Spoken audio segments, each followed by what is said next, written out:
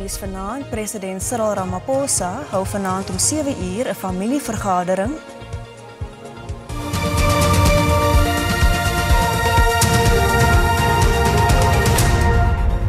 Dis tyd vir die nuus in Afrikaans. Goeienaand.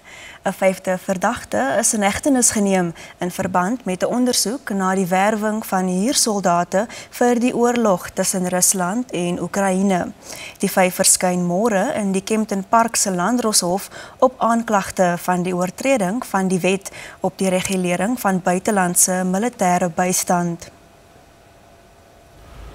Die eerste 4 inhegtenisnemings het gevolg nadat die valke 'n wenk ontvang het van polisie by die OR Tambo internasionale lughawe.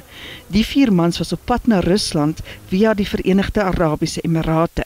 A suspect was arrested yesterday who is allegedly part of those people that were facilitated to be involved in the Russia-Ukraine war, and that person will be appearing together with the 4 that was arrested in the previous 2 days. The investigation is at its early stages, and it is untoward for us to preempt as to who is involved without proper investigation taking place. 'n Ondersoek word gedoen na 17 Suid-Afrikaners wat vermoedelik in Oekraïne aan die Russiese kant veg.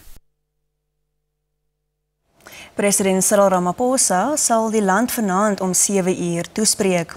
Volgens die regering volg dit op 'n suksesvolle G20-beraad wat verlede naweek in Johannesburg aangebied is. Die toespraak sal regstreeks op verskeie van die SAIK se platforms uitgesaai word. Kommer neem toe oor die veiligheid van polisiebeamptes te midde van 'n vlaagmoorde op SAPD-lede die afgelope jaar. In die jongste voorval is 2 polisiebeamptes Vrydag aand in Ivory Park in Midrand doodgeskiet terwyl hulle besig was met misdaadvoorkomingspligte. Die polisie soektog na hulle moordenaars het nog niks opgelewer nie. Volgens onbevestigde berigte is 7 mense Vrydag aand in Ivory Park doodgeskiet en verskeie beseer. Die polisie hou egter vol dat slegs 3 mense insluitend die 2 polisiebeamptes in die gebied geskiet is. Die liggaam van 'n 3de man is rukkie na die aanval op die polisie in die omgewing gevind. Hy is in die kop geskiet. When you look at the period starting from 2023 up until now, we've arrested more than 80 police killers. We've convicted about 60 of them. Most of them were sentenced to about life imprisonment in prison. So we are quite confident that with the assistance of those who saw something, we will ensure a breakthrough. Die moordenaars van die polisie sergeant en konstabel het met hulle dienspistole, 'n geweer en 2 selfone ontvlug. Duisende aanbidders en kerkleiers van verskillende gelowe was byeen in die FNB stadion in Nasrek in Gauteng vir 'n nasionale biddag. Vanjaar was die 5de weergawe van die jaarlikse saamtrek wat gereël word deur die Motsepe Stichting. Gebede is uitgespreek vir die regering en politieke leiers. Hulp is ook gevra met maatskaplike ewels wat die land tuister. Die byeenkoms vorm deel van die 16 dae veldtog van aktivisme teen geslagsgegronde geweld. 'n 30% vir matrieks is die afgelope week weer onder die vergrootglas geplaas in die parlement.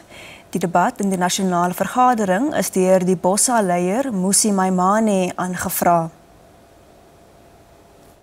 Ending the 30% pass mark is not the only standalone reform. It signals the seriousness that we will hold about standards.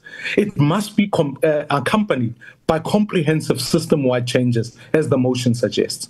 Let us move the pass mark from 30 to 50%. Behind every 30% pass is a child who will never access the profession where transformation is most urgent. That child will not be in the cockpit, not in the operating theatre, not in the laboratories, not in the audit room. There's no such a thing as a 30% overall pass mark in the National Senior Certificate. Learners do not obtain a matric certificate by achieving 30%. To simply pass the NSC, a learner must meet a 3-tiered set of subject requirements, including at least 40% in home language, at least 40% in 2 further subjects, and at least 30% in 3 additional subjects. En daarmee groet die Afrikaanse nuusspan. Onthou, ons is môre aand terug om 8:30 op S3. Totsiens.